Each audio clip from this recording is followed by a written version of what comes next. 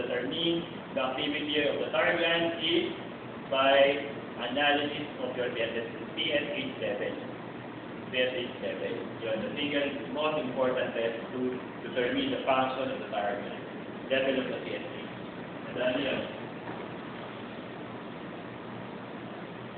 So, mga cancer, remember the most common type of cancer the thyroid gland, papillary or follicular. Papillary. Next is the adrenal gland.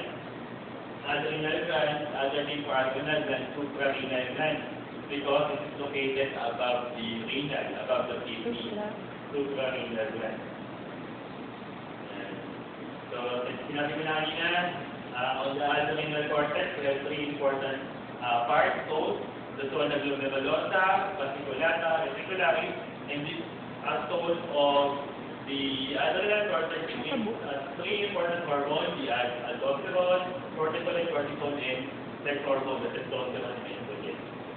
On the adrenal medulla, we have secretion of, or these are responsible for secreting catecholamines, epinephrine and norepinephrine. Tandaan niyo ito. Epinephrine and norepinephrine. So hyperfunctioning, that is adrenal disease. Hypofunctioning of the adrenal, capping disease.